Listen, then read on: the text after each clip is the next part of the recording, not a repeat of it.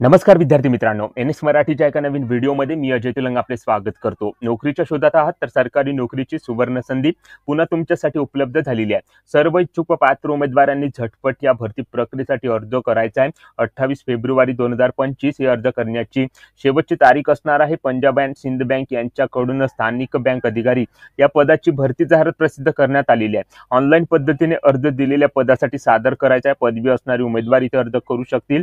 पगार तुम्हाला या पदासाठी 48,480 ते 85,920 रुपये प्रति महिना मिळणार आहे। विशेष म्हणजे या पदाच्या महाराष्ट्रामध्ये 30 वॅकन्सी दिल्या गेलेल्या आहे आणि या पदाची परीक्षा महाराष्ट्रामध्ये होत आहे, तेव्हा नक्की तुम्ही या पदासाठी प्रयत्न करू शकता। तर आजच्या व्हिडिओमध्ये या संपूर्ण भरतीबाबतची सविस्तर माहिती स्टेप बाय स्टेप बघणार आहोत। त्यासाठी व्हिडिओ शेवटपर्यंत नक्की बघा। त्या अगोदर आपल्या एनएक्स मराठी यूट्यूब चॅनलवर नवीन आला असाल तर आता चॅनलला सबस्क्राइब करून बाजूची नोटिफिकेशन बेल प्रेस करून घ्या, कारण अशाच नवनवीन भरतीबाबतची अपडेट रोज आपण या चॅनलवर देत असतो। त्यासाठी चॅनलला लगेच सबस्क्राइब करा आणि काही समस्या असल्यास व्हिडिओमध्ये कमेंट करा किंवा टेलिग्राम ग्रुपवर विचारू शकता, आपल्याला नक्की प्रतिसाद मिळेल। चला तर मग व्हिडिओला सुरुवात करूया। तर या ठिकाणी बघा मित्रांनो, या ठिकाणी आपण पंजाब अँड सिंध बँक यांच्या मार्फत प्रसिद्ध करण्यात आलेल्या पदभरतीच्या ऑफिशियल जाहिरातीवर आलेला हो। लोकल बँक ऑफिसर या पदाची ही रिक्रुटमेंट टोटल 6 राज्यांमध्ये 110 वॅकन्सी करता निघालेली आहे। महाराष्ट्रामध्ये या पदाच्या 30 वॅकन्सी भरल्या जात आहे। तुम्ही जर महाराष्ट्रामधून असाल तर नक्की या पदासाठी अर्ज इथे सादर करू शकता। या पदासाठी ऑनलाईन पद्धतीने अर्ज पात्र उमेदवारांकडून मागवल्या जात आहे। तर या पदासाठी अर्ज करण्यापूर्वी संपूर्ण जाहिरात वाचूनच या पदासाठी अर्ज तुम्हाला सादर करायचा आहे। तर आजच्या व्हिडिओमध्ये याच पदभरतीची माहिती स्टेप बाय स्टेप बघत आहोत, त्यासाठी व्हिडिओ शेवटपर्यंत बघा, जेणेकरून संपूर्ण पदभरतीची सविस्तर माहिती समजण्यास तुम्हाला कसलीही अडचण या ठिकाणी जाणार नाही। तर या ठिकाणी सुरुवातीला बघा मित्रांनो, स्टेट वाईज वॅकन्सी आणि रिझर्वेशन बाबत डिटेल्स इन्फॉर्मेशन इथे देण्यात आलेली आहे। एकूण 6 राज्यांमध्ये या पदाच्या वॅकन्सी 110 करता भरल्या जात आहे।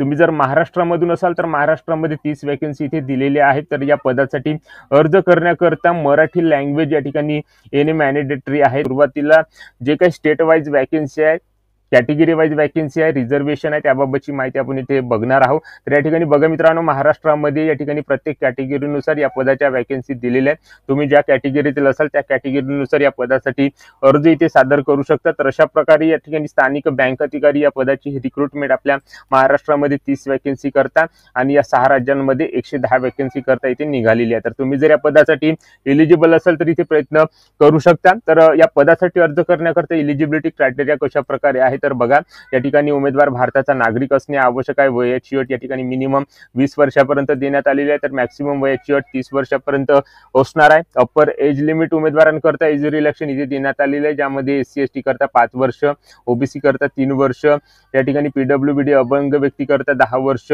पर्सन अफेक्टेड यांच्याकरता 5 वर्ष, तर एक सर्व्हिसमॅन यांच्याकरता 5 वर्ष। अशा प्रकारे एज रिलॅक्शन या ठिकाणी अप्पर एज लिमिट उमेदवारांकरता लागू असणार आहे। त्यानुसार तुम्ही या पदासाठी अर्ज इथे सादर करू शकता। त्यानंतर या ठिकाणी या पदासाठी शिक्षण पात्रता कशा प्रकारे आहे तर मान्यताप्राप्त विद्यापीठाची कोणत्याही शाखेची पदवी तुमच्याकडे असेल आणि 18 महिन्याचा वर्क एक्सपिरियन्स ऑफिसर कॅडरेचा पब्लिक सेक्टर बँक मधून किंवा रिजनल रूरल बँक मधून तुमच्याकडे असेल तर तुम्ही या पदासाठी अर्ज इथे सादर करू शकता। त्यानंतर मित्रांनो, स्केल ऑफ पे आणि अदर फॅसिलिटीज कशा प्रकारे आहे या पदासाठी त्याची माहिती देण्यात आलेली आहे। तर 48,480 ते 85,920 रुपयापर्यंतचा पे स्केल तुम्हाला या ठिकाणी असणार आहे। त्यासोबत इन्क्रीमेंट असणार आहे। अदर फॅसिलिटीज मध्ये DRA, HRA, lease accommodation, CCA, medical facilities, terminal benefits इत्यादी सोयी सुविधा या पदासाठी दिल्या जात आहे। तर एक उत्कृष्ट वेतन आणि कायमस्वरूपी नोकरी तुम्हाला बँकेमध्ये इथे उपलब्ध होत आहे। तर या पदासाठी तुम्ही जर एलिजिबल असाल तर नक्की इथे प्रयत्न